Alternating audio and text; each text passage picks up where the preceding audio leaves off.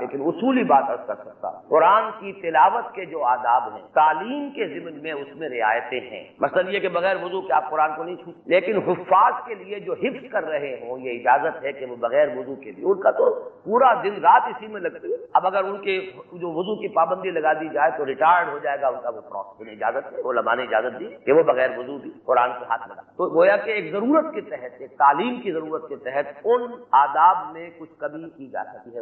میں یہ سمجھتا ہوں کہ ایسے مجمع میں جہاں 300-400 آدمی بیٹھے ہوئے ہیں اور ہر ایک کے لیے ممکن نہیں ہے کہ قرآن مجید سامنے اس طور سے ہو کہ دوسرے کے سامنے نہ آئے، وہ اس اعتبار سے اس کو آپ سمجھیے کہ عموم بلوہ ہے، ایک مجبوری کی کیفیت ہے۔ اچھا، اور اگر آپ کے سامنے قرآن نہیں ہے تو آپ کی توجہ پھر سامنے مقرر کی طرف نہیں رہے گی، آپ اس سے فائدہ اتنا نہیں اٹھا سکیں گے جتنا کہ ٹیکسٹ آپ کے سامنے ہو تب فائدہ اٹھائیں گے۔ اس اعتبار سے اس میں طبیعت تو ہماری بھی جو ہے اس میں منقبض ہوتی ہے، اچھا نہیں لگتا ہے، لیکن یہ کہ یہ ایک مجبوری ہے، اس مجبوری کے تحت اسے الضرورات و تبیح المحظورات، تو یہ کہیں جہاں مجبوریاں ہوں تو اس میں کوئی کمی ہو جائے تو ایسی بڑی بات نہیں۔ ویسے اس میں ایک بات میں عرض کر دوں، اصولاً عالم عرب میں اور ہندوستان پاکستان میں ایک معاملہ بڑا متضاد ہے۔ عربوں میں آپ دیکھیں گے قرآن پڑھنے کا شوق بہت، مسجد میں آئے گا یا 2 منٹ رہتے ہیں فوراً نے اپنی 2 سنت پڑھ لیے، پھر وہ نکالے گا قرآن شریف بیٹھ کے پڑھنا شروع کرنا۔ لیکن یہ ہے کہ وہ آداب اتنے نہیں ہیں ان کے ہاں جتنے ہمارے ہاں۔ اگر اقامت ہو گئی وہیں سامنے رکھے گا سجدہ کرے گا، یا میں نے یہاں تک دیکھا مسجد نبی میں کہ جہاں جوتیاں رکھ دی جاتی ہیں وہ ستونوں کے ساتھ وہیں اوپر رکھ دیتے ہیں، لیکن یہ کہ پڑھتے۔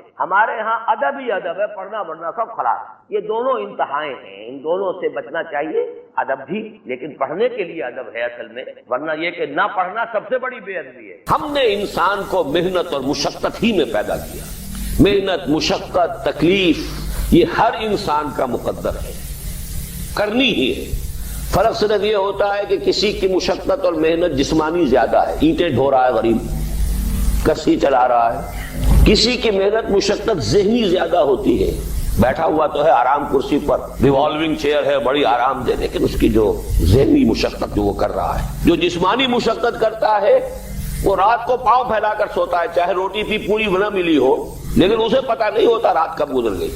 اور یہ دوسرے جو ہوتے ہیں انہیں رات کو بھی نیند نہیں آتی، مخملی گدیروں پر بھی نہیں آتی، انہیں ضرورت ہوتی ہے ہپنوٹکس کی بھی، سیڈیٹیوز کی بھی، ٹرینکولائزرز کی بھی، یہ ساری چیزیں وہاں چلتی ہیں، اس لیے ان کی جو کوفت ہے وہ کسی اور قسم کی، لیکن بچا ہوا کوئی نہیں ہے۔ محنت، مشقت قرآن نے اتنی قسمیں کھا کر اللہ نے کہا ہے، ہم نے انسان کو، یہاں کسی انسان کی تخصیص نہیں ہے۔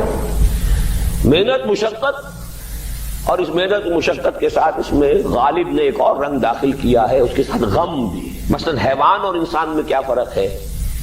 بیل ہے، کولو چلا رہا ہے، مشقت تو وہ بھی کر رہا ہے۔ بار برداری کا اونٹ ہے، بوجھ ڈھو رہا ہے ادھر سے ادھر تک، محنت تو وہ بھی کر رہا ہے۔ انسان محنت بھی کرتا ہے، مزید اس کو رنج اور غم جو سابقہ اس کو پیش آتا ہے۔ بیل کو پتہ بھی نہیں ہوگا میری کو اولاد بھی ہے، نسل بھی ہے، وہ کوئی بیمار ہے، کس حال میں ہے۔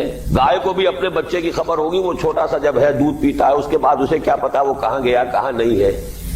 انسان کو جو تکلیفیں جھیلنی پڑتی ہیں، جو غم جھیلنے پڑتی، وہ حیوان کے لیے نہیں ہے، یہ انسان کے لیے۔ اسی لیے کہا غالب نے کہ قید حیات و بند غم اصل میں دونوں ایک ہیں، موت سے پہلے آدمی غم سے نجات پائے کیوں؟ تو یہ مشقت اور غم دونوں کو شامل کر لیجئے۔ انسان کا معاملہ حیوان سے بدتر ہے اس پہلو سے۔ کبھی کسی بیل کو، اونٹ کو وہ صدمہ نہیں ہوا ہوگا کہ بیٹا نے سینے تان کر کہا ابا جان آپ چھوڑیے، آپ کیا باتیں کرتے ہیں، آپ تکیا کی باتیں کرتے ہیں، اب زمانے کا رنگ بدل گیا۔ وہ جو بوڑھے باپ کو جو اس وقت صدمہ پہنچتا ہے، یہی ہے وہ جس پر میں نے اپنی جوانی کھپائی ہے، جس میں میں نے اپنے آپ کو انویسٹ کیا ہے، آج یہ میرے سامنے کھڑا ہو کر کیا کہہ رہا ہے۔ اور یہ تو میں نے بڑی ہلکی مثال دی ہے، گالیاں دینے والے بھی ہیں، ماں باپ کو قتل کرنے والے بھی ہیں، مرتا نہیں ہے بڈھا کہ یہ مرے تو مجھے یہ ساری جائیداد ملے اور مجھے آزادی حاصل ہو۔ اے انسان، تجھے مشقت پر مشقت جھیلتے ہوئے، محنت پر محنت کرتے ہوئے ہی آگے بڑھنا ہے، اور پھر اپنے رب کے حضور میں پیش ہونا ہے۔ یہ اور مصیبت ہے، کسی اونٹ اور کسی بیل سے محاسبہ نہیں ہے وہاں۔ اس روز کہے گا کافر کاش میں مٹی ہوتا، انسان بنا ہی نہ ہوتا، جسے آج ہم بہت بڑا شرف سمجھ رہے ہیں، شرف انسانیت، کاش کہ میں مٹی ہوں، یہ انسان کا کی حیثیت مجھے دی ہی نہ جاتی کہ میں آج یہاں کھڑا ہوں جواب دے کے۔ حضور نے فرمایا کل نفس یغدو فبائع نفسہ فموتقھا وموبقھا، ہر انسان جب صبح آنکھ کھلتی ہے رات کے سونے تک وہ اپنے آپ کو بیچتا ہے۔ کوئی جسمانی مشقت اپنی بیچ رہا ہے، شام کو 100 روپے لے کر آیا ہے، اس نے اپنی جسمانی محنت بیچی ہے نا۔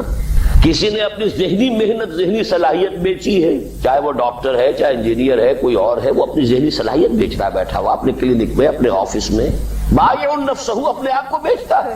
یہ بیچنا تو ہر ایک کا ہے، ہر شخص بیچ رہا ہے اپنے آپ کو۔ کوئی بدبخت وہ ہے جو یہ ساری مشقت جھیل کر بھی رات کو جہنم لے کر آیا ہے گھر، مشقت بھی جھیلی اور لے کر بھی آیا آگ کے انگارے، اس لیے کہ حرام کاروبار کیا۔ کوئی وہ ہے جو اس مشقت کے بعد اپنے نفس کو جہنم کی آگ سے چھٹکارا دے کر آتا ہے۔ بیچا، جائز جگہ بیچا، جائز طریقے سے بیچا، بیچا اس نے بھی، محنت اس نے بھی کی، مشقت اس نے بھی کی، لیکن اس نے اپنی مشقت کے نتیجے میں اپنے آپ کو برباد کر لیا۔ تو جب آزمائش میں کوئی پڑے گا تو پتا چلے گا نا کہ کھرا ہے کھوٹا ہے۔ آزمائش میں نہیں آیا، امتحان میں نہیں آیا، کوئی تکلیف آئی نہیں تو وہ کھرے اور کھوٹے گڑبڑ رہیں گے، ملے جلے رہیں گے، دودھ کا دودھ اور پانی کا پانی جدا نہیں ہوگا۔ کیا لوگوں نے یہ سمجھا تھا کہ وہ چھوٹ جائیں گے صرف یہ کہنے پر کہ ہم ایمان لے آئے اور انہیں آزمایا نہ جائے گا؟ ہم نے تو آزمایا ہے ان سب کو جو ان سے پہلے آئے۔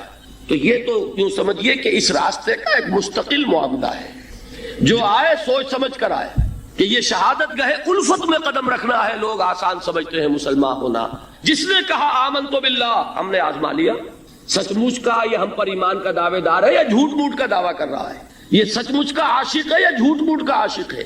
ظاہر بات ہے کہ امتحان نہ ہو، آزمائش نہ ہو تو کیسے ان کے مابین تمیز ہوگی۔ کہہ تو دیا سب نے آمنت باللہ، اب ذرا تھوڑی دیر کے لیے ہم بھی اپنے غریبانوں میں جھانکے۔ ہم بھی کہتے ہیں نا اللہ کا ہمارا ایمان ہے، اللہ پر، آخرت پر، رسول کا عشق کا بھی دعویٰ ہے، اور جب نعتیں ہم سنتے ہیں تو بڑے جھومتے ہیں، لیکن یہ کہ واقعتاً آدمی جھانکے اپنے قلب کی گہرائیوں میں کہ یہ ہم کتنے کچھ سچے ہیں اپنے اس دعویٰ ایمان۔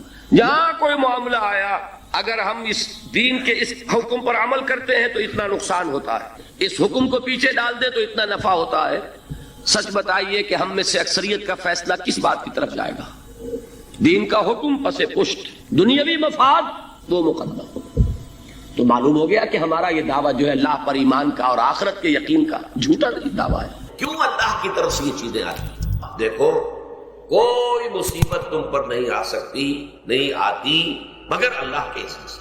وَمَن يُؤْمِن بِاللَّهِ، اور جو شخص اللہ پر ایمان رکھتا ہو، يَهْدِ قَلْبَهُ، اللہ اس کے دل کو ہدایت دے دیتا ہے، اس کے دل کو سکون عطا کر دیتا ہے، وہ راضی برضائے رب ہو جاتا ہے، اس میں شکوہ نہیں رہتا، اس میں شکایت نہیں ہوتی، اس میں تلخی نہیں ہوتی، کیوں ہو گیا، کیسے ہو گیا، کیوں ہو گیا، نہیں ہونا چاہیے، نہیں دیتے۔ یہ سارا جو پیچ آدمی کھاتا رہتا ہے نا اندر ہی اندر، وہ جو پیچ کھا رہا ہے، اس سب پیچ سے نجات نہیں گئی۔ پہلی بات یہ کہ یہ اللہ کی طرف سے آزمائش کے طور پر آتی ہے۔ آزمائش، میرا بندہ اس پر صبر کرتا ہے یا نہیں، یا میرے خلاف بکواس کرنے پر آمادہ ہو جاتا ہے۔ اللہ تو ایسا ہے، اللہ نے تو ہم پر کبھی کرم کیا ہی نہیں ہے، اللہ تو ظالم، معاذ اللہ معاذ اللہ معاذ اللہ۔ کہیں ایسا تو نہیں، میرا بندہ جو ہے تکلیف کو جھیلتا ہے میری وجہ سے، یہ سمجھ کے کہ اللہ کی طرف سے آئی۔ یہ صبر جو ہے یہ بہت بڑی کامیابی ہے اگر انسان کو حاصل ہو جائے، اور اس صبر کے نتیجے میں دو اور باتیں پیدا ہوتی ہیں۔ یہ مضامین علیحدہ علیحدہ دروس کے اندر آتے رہے ہیں، لیکن آج ایک نئے عنوان کے تحت جمع ہو کر آ رہے ہیں۔ پہلی بات یہ ہوتی ہے کہ یہ امتحان کا نتیجہ کیا نکلتا ہے کہ آپ نے ایک امتحان پاس کیا تو آپ کے اگلے درجے میں ترقی ہو جاتی ہے۔ 5ویں کا امتحان پاس کر لیا نا تو 6ٹھی میں جائیں گے، اب 6ٹھی کا امتحان پاس کریں گے تو 7ویں میں جائیں گے، 7ویں کا پاس کریں گے تو 8ویں میں۔ درجہ بدرجہ انسان کی دینی، ایمانی اور روحانی ترقی کا ذریعہ یہ آزمائش ہے۔ جتنا اس میں صبر ہوگا، جتنا اس میں تسلیم و رضا جو ہے آپ حاصل کرتے جائیں گے تو آپ کے درجے بلند ہوتے چلے جائیں گے۔ آپ کا امتحان کڑے سے کڑا آئے گا، بڑے سے بڑا آئے گا، مشکل سے مشکل تر آئے گا۔ ایک وقت میں ایم اے کا امتحان بھی آپ کو دینا ہوگا، ایک وقت میں ہو سکتا ہے پی ایچ ڈی کے لیے تھیسس آپ لکھیں، پھر اس کے اوپر جو ہے ٹیم بیٹھی ہوئی اور آپ سے وہ بحث کرے، جرا کرے آپ سے، وہ بھی کرنا ہوگا۔ لیکن یہ کہ اگر پرائمری ہی میں فیل ہو گئے تو اس کا سوال ہی پیدا نہیں ہوتا کہ کبھی آپ ایم اے کا یا پی ایچ ڈی کا تھیسس بھی لکھیں۔ اور اسی کو دوسرے انداز میں کہا گیا ہے قرآن مجید میں، وَلَيُبْلِيَ الْمُؤْمِنِينَ مِنْهُ بَلَاءً حَسَنًا۔ اصل میں ابلا کہتے ہیں، بلا یبلو جو ہے عربی زبان میں آتا ہے آزمانا۔ خلق الموت والحیات لیبلوکم ایکم احسن عملا، یہی معنی ابتلا کے میں، ابتلا یبتلی آزمانا۔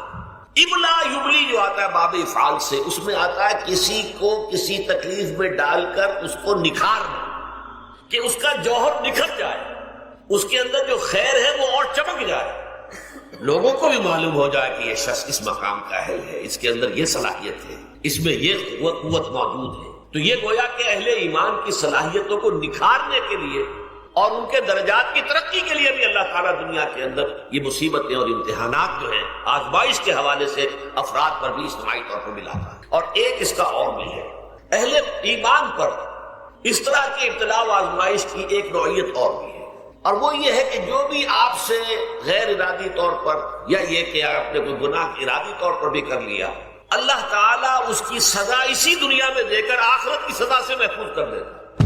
گویا کہ اس سے بڑا خیر کیا ہوگا؟ یہاں کی سزا کیا ہے؟ جھیل لیا آپ نے، بخار آ گیا، ٹانگ ٹوٹ گئی، چلیے 3 مہینے آپ بستر پر پڑے رہے نا، اور کیا ہوا؟ کچھ نہیں۔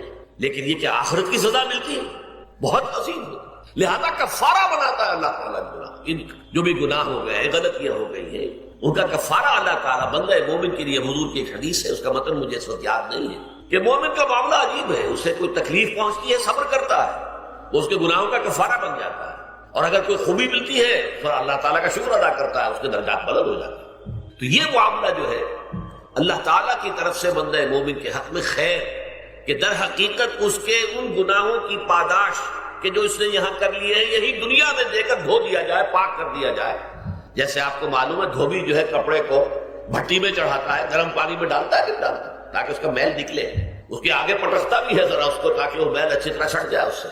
اسی طرح اگر دنیا میں ہمارے میل چھٹ جائیں، دنیا میں اگر ہمارے گناہ دھل جائیں، تو یہ بڑے نفع کا سودا ہے، بڑے نفع کا سودا ہے، بڑے نفع کا سودا ہے۔